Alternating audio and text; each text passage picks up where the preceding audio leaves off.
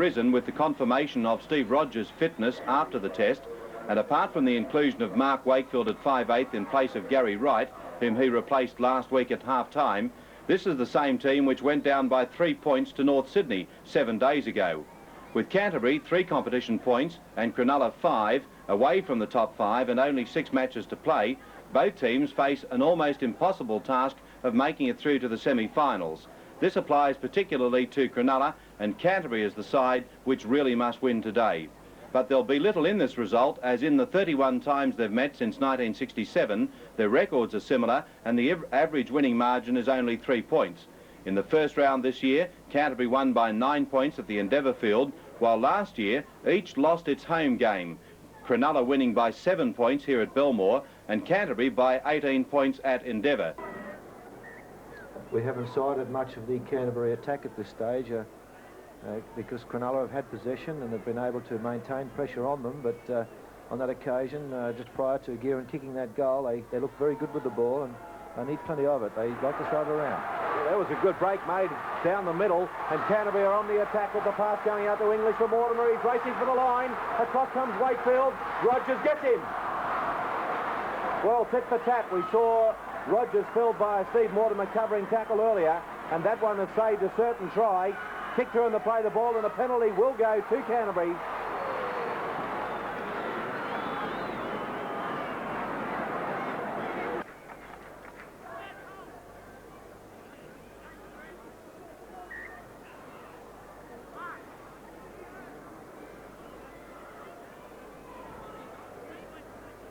.15 minutes to go before half-time, and Cronulla are trailing Canterbury 4-2.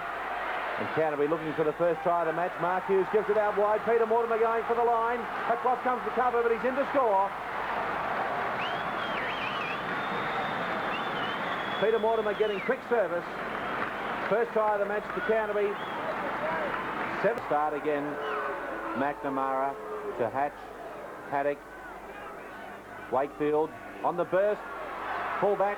Greg Mullane, Mick Mullane it is. Setter Greg Mullane. Hatch. Rogers. Hatch. It's just standing flat-footed. Kurt Sorensen. No one there to take the pass. Credit to go to that Canterbury defence. They're swarming all over Cronulla. McNamara out wide. And the ball stolen from him. McNamara didn't like that. He let go with a short left jab. That got... Now it's Steve Folkes on top of him now. You can see him. It's not Steve Folkes, it's number 11, Taz Bateri, who took the knee from Sorensen. Robinson, long way back, onto the ball strongly, bursting straight through. That's Jeff Robinson back to his best. That's how we remember him. English, Mullen.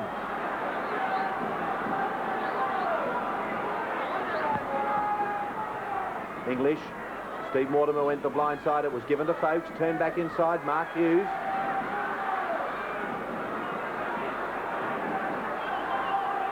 English. Gary Hughes. Folkes.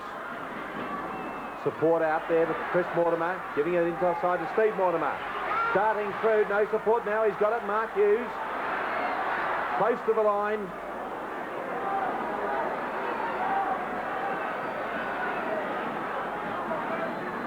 On the burst, Peter Mortimer. He's over. Peter Mortimer scored next to the post. Taking the pass from his brother Steve.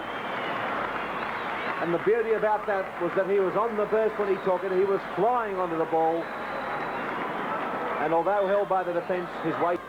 Interesting to note that Steve Rogers has taken Perry Haddock away from the half-back position to save him from being sent to the sin bin, and Mark Wakefield feeding that scrum. Well, it's resulted in another scrum win to Canterbury, and fullback Andrew Farrer playing it 12 metres out.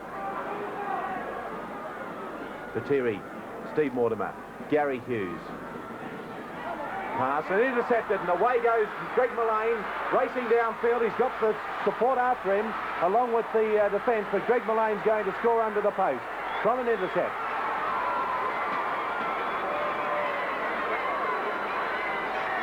A sprint of some 75 metres to Greg Mullane to bring Cronulla back into the game.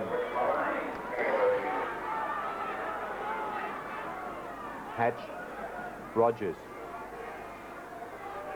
Rogers turning it to the hooker, Roland Beckett.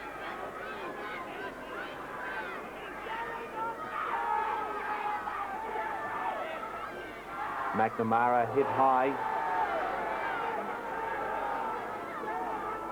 Rogers, little kick through, he's chasing it through himself. Kicked ahead, Rogers. Rogers is there, he's over. What a fabulous individual try.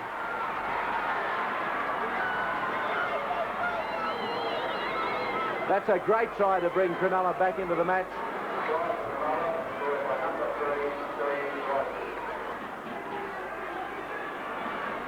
Hatch.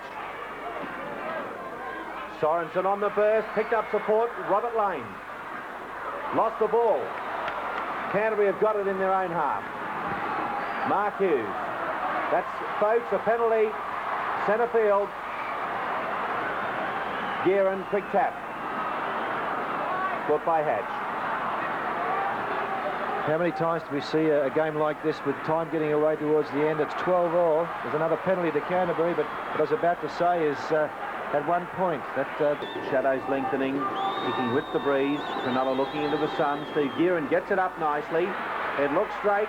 Yes, it's there.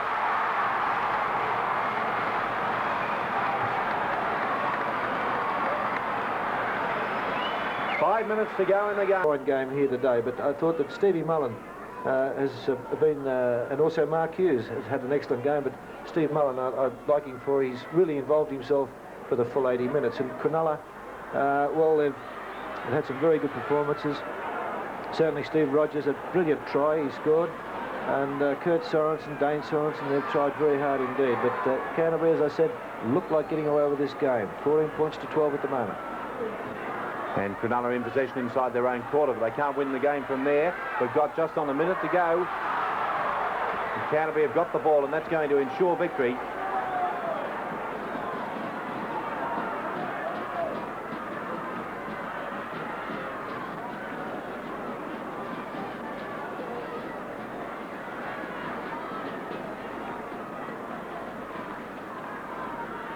Tasbatiri, and there it is, all over. Victory going to Cronulla, or to Canterbury, by 14 points to 12. So some bright football in what turned out to be a fairly attractive game. 4 tries were scored for Canterbury. Peter Mortimer got both of them, and Steve Gearan kicked 4 goals from 6 attempts. For Cronulla, Greg Mullane and Steve Rogers scored the tries in the second half. Rogers kicked 3 goals from 3 attempts. The scrums won by Roland Beckett of Cronulla 14-9. Canterbury favoured in the penalties by 15-7, and the error count was 8 to Cronulla and 6 to Canterbury. Well, it wasn't really so much a game that Canterbury won, rather one that Cronulla perhaps threw away, and where they did that was 5 minutes before full time. At that stage, the scores were level at 12-all. Steve Folkes was running the ball up towards the halfway mark. He was tackled here by second rower Greg Nixon and David Hatch, and you'll notice that Nixon goes over the top, and there is an infringement in the tackle, not clearing the man to enable him to play the ball, and a penalty was awarded. The ensuing penalty saw a successful goal kick by Steve Gearan, and that 2 points turned out to be the difference in the scores. Well, 3 of the 4 tries were pretty good affairs. Reg, which did you think was the best? Alan, Steve Rogers scored a great individual try, but I thought the best team try of the day was scored by Canterbury centre Peter Mortimer, and it just went to show the brilliance of the halfback for Canterbury, Stevie Mortimer. They'd won the scrum, and from the scrum base, you'll see him change direction here, steps off his left foot, gets around the fullback, Mullane, and passes on to lock forward Mark Hughes. Mark immediately passes to Peter Mortimer, and the gap is wide open. And Peter Mortimer going on to score Canterbury's first try. Canterbury's young second rower Steve Mullen turned in an outstanding performance here today and is our man of the match. As you can see, he made many strong runs down the centre of the field, and also his defence was a thorn in the side of the Cronulla team throughout. So there it is, Canterbury defeating Cronulla by the odd goal, but I wonder how